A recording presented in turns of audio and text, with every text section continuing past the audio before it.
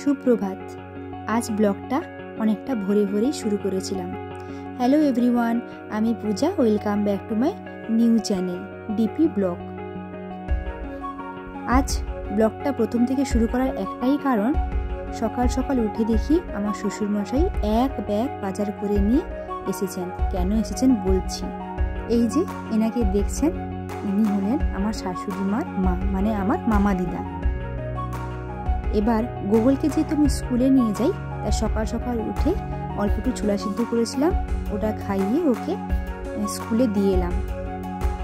তার মাঝখানে দেখো এদের আড্ডা চলছে। যাই হোক, স্কুলে দিয়ে আসার পর ঘর দুয়ার পরিষ্কার করে বেডটাকে ঠিকঠাক করে সাজিয়ে রাখলাম। আর সবটা কাজ তো তোমাদের সঙ্গে শেয়ার করা হয় না, টুকিটাকি যা পারি তোমাদেরকে দিই। ঘর গোছানো আমার কমপ্লিট। এবার শাশুড়ি মা আমার দিদাকে এবারে খেতে দিব। ওদের সঙ্গে আমিও অল্প একটু মুড়ি খাচ্ছিলাম। সেই মাঝখানে ভিডিও ক্লিপগুলো আমি তোমাদের সঙ্গে শেয়ার করলাম। গোগলকে স্কুল থেকে নিয়ে এলাম, এসে রান্নার প্রস্তুতি নিচ্ছি। হঠাৎ করে দেখি ও ফ্রিজ থেকে জিলিপি চুরি করে খাচ্ছিল, ওটাই তোমাদের সঙ্গে শেয়ার করলাম।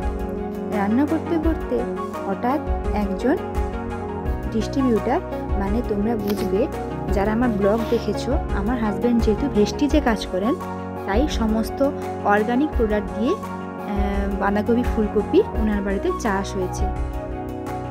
উনি একজন চাষি, তাই ওনার জমিতে যেহেতু এটা চাষ হয়েছিল, উনি আমাদেরকে এসে এটা দিয়ে গেলেন বাড়িতে। সমস্ত অর্গানিক প্রোডাক্ট তো, তাই এত সুন্দর লাগছিল জিনিসটা, আমি তোমাদেরকে শেয়ার না করে থাকতে পারলাম না। দুপুরে লাঞ্চ মেনুতে বানিয়েছিলাম একটা রিলস করার জন্য, ওটাও তোমাদের সঙ্গে একটু শেয়ার করলাম।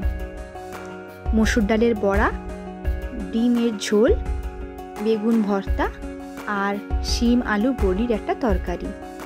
আর হ্যাঁ, আমার দিদা যেহেতু নিরামিষ খান, তাই ওনার জন্য বানিয়েছিলাম ফুলকপি, মূলো আর মসুর ডালের বড়া দিয়ে একটা টক।